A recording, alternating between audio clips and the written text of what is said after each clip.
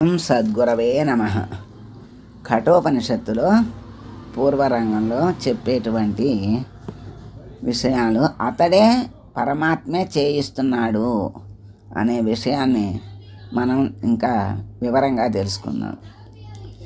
సత్కర్మల్ని ఆచరించేటువంటి వాళ్ళు సద్గతుల్ని పొందుతారని మనకి ఎప్పుడు చెప్తూ ఉంటారు, తెలుసుకున్నాము. మంచి కర్మలు ఆచరించినటువంటి వాళ్ళు, సత్కర్మ చేసిన వాడు సద్గతిని, మరి దుష్కర్మ చేసిన వాడు దుర్గతిని. అది సహజంగా చెప్పేటువంటి మాట, అది అందరికీ తెలిసిందే. కానీ మనకి సద్గతి కావాలి, ఆనందం కావాలి అనుకుంటాం, కానీ చేయటం మాత్రం దానికి తగిన పని కర్మలు ఆచరించకుండా అడిగితే చేసేదొకటి అడిగేదొకటి అయితే రాదు. ఏది కావాలనుకుంటామో దానికి తగిన అక్కడ కర్మ చేస్తేనే ఆ ఫలితం లభిస్తుంది తృప్తిగా.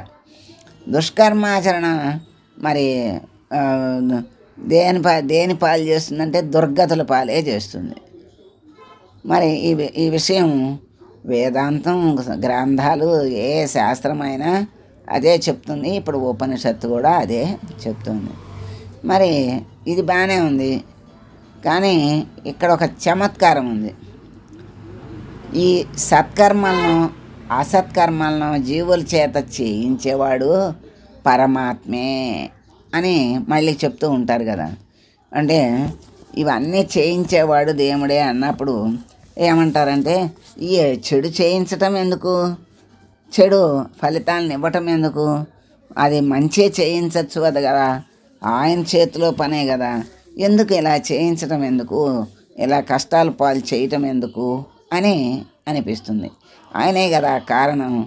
మరి ఎందుకు ఇలా చేస్తాడు, ఎందుకు చెయ్యాలి అంటే దేవుడికి ఏమీ తెలియదు, మనకే తెలుసు.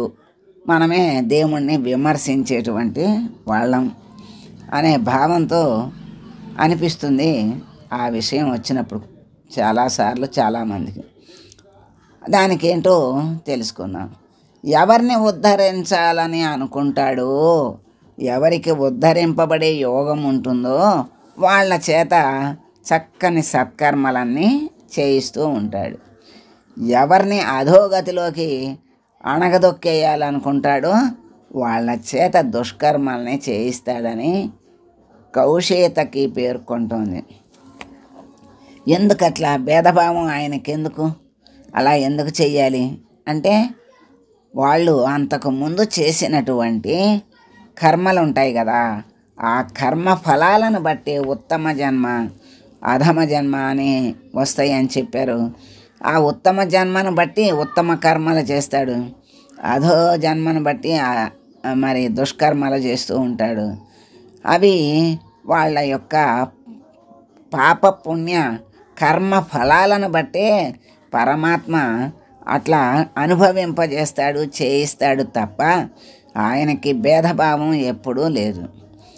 మరి ఈ భేదానికి కారణం ఏంటి అంటే, ఆయనకి ఒకరి మీద ప్రీతని ఒకరి మీద ఇష్టమని ఏమీ లేదు. ఇష్టాలు ఏమీ ఆయనకు ఉన్నాయా అంటే ఏమీ లేవు. ఆయనకి అందరూ సమానమే, అందరూ బిడ్డలే కదా. ఆయనకి సమానమైనప్పుడు ఆయనకి ఎందుకు ఉంటుంది తేడా? కాకపోతే ఇప్పుడు బాగా చదివే పిల్లాడిని దండించాల్సిన అవసరం లేదు.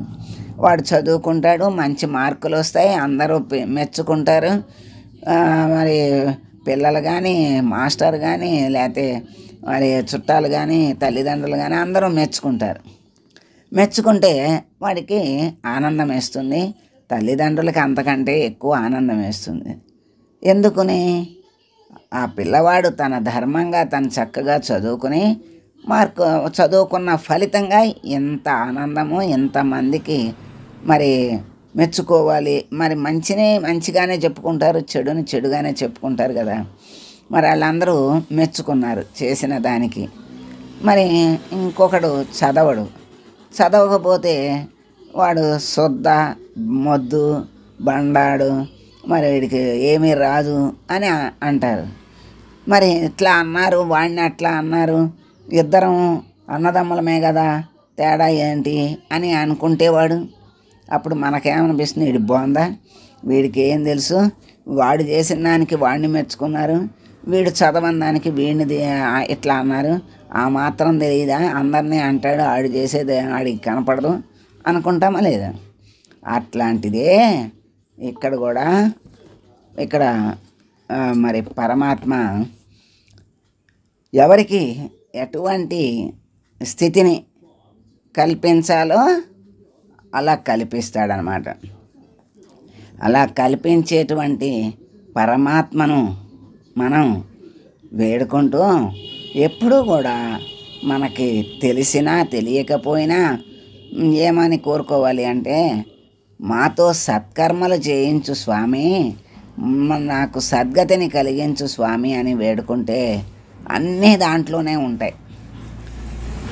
బ్రతికి ఉండగా సత్కర్మలు చేయాలి అంటే బ్రతికుంటేనే కదా కర్మలు చేసేది.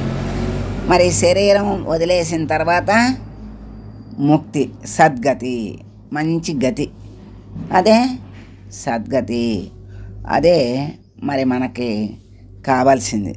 మనకు కావాల్సింది అదే గనక మరి మనకి మంచిదేదో చెడేదో తెలియదు అనే భావం ఉన్నప్పుడు, స్వామి మాతో సత్కర్మలు చేయించు, సద్గతిని ప్రసాదించు అని ప్రార్థిస్తే అన్నీ దాంట్లోనే ఉంటాయి. అన్నీ మంచి కర్మలు చేయిస్తాడు, సద్గతిని కలిగిస్తాడు. అట్లాగే ఇక్కడ పరమాత్మ మరి మంచి కర్మలు చేసిన వాడికి మంచి గతిని, చెడ్డ కర్మలు చేసిన వాడికి చెడ్డ గతిని వచ్చేటట్లుగా ఏర్పాటు, ప్రణాళిక మరి చేస్తాడు. ఆయన సర్వసాక్షిగా ఉంటాడు. ఆ సాక్షిగా ఉన్నటువంటి స్వామిని మరి చూస్తూ ఎవరికి ఏ ఫలం ఇవ్వాలో, ఎవరు మరి బ్యాంకులో దాచుకున్నటువంటి ఆ సొమ్ముని, ఎవరి సొమ్ముని వాళ్ళకే ఇస్తారు కానీ ఒకళ్ళ సొమ్ము ఒకళ్ళకి ఎవరు ఇస్తే ఊరుకోరు కదా. అట్లాగే ఎవరి సొమ్ముని వాళ్ళకే అందిస్తారు కనుక పరమాత్మకి ఏమీ భేదం లేదు. వాళ్ళ యొక్క కర్మను బట్టి ఆ ఫలితాలు వస్తూ ఉంటాయి. అందుకని ఆయనకి రాగద్వేషాలు ఉన్నాయా అంటే ఏమీ లేవని మనం చెప్పుకోవాలి. ఈ రోజుకి ఇక్కడికి ఆపేసి స్వస్తి చెప్దాం. రేపు కర్మలు ఆచరించాలి, సరే ఎలా ఆచరించాలి అనే విషయం గురించి రేపు మనం తెలుసుకుందాం. కర్మలను ఆచరించాలి, ఆచరించకుండా వల్ల కాదు కదా, ఆచరించాలి. అది ఎలా ఆచరించాలి అనే విషయాన్ని మరి రేపు తెలుసుకుందాం, చెప్తారు. ఈరోజు స్వస్తి చెబుదాం. మంగళం గురుదేవాయ మహనీయ గుణాత్మనే సర్వలోక శరణ్యాయ సాధురూపాయ మంగళం.